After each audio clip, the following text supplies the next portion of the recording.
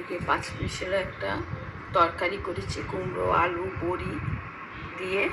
দেখো মিষ্টি আলু, এখানে মিষ্টি আলু দিয়েছি, জিরে আদা বাটা, পাঁচফোড়ন দিয়েছি, শুকনো লঙ্কা তেজপাতা ফোড়নে দিয়ে আমি আজকে এইভাবে সবজিটা করে নিয়েছি।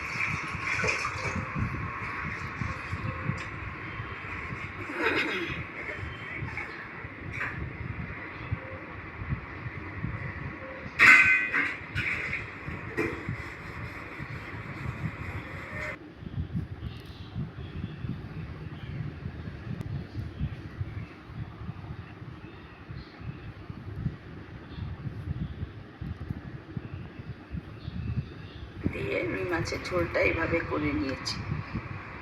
দেখতে থাক বন্ধুরা, এইভাবে গরমের দিনে রুই মাছের ঝোল করে খাবে, দুর্দান্ত খেতে লাগে।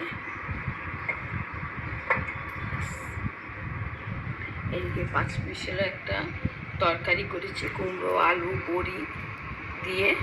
দেখো মিষ্টি আলু, এখানে মিষ্টি আলু দিয়েছি, জিরে আদা বাটা, পাঁচফোড়ন দিয়েছি, শুকনো লঙ্কা তেজপাতা ফোড়নে দিয়ে আমি আজকে এইভাবে সবজি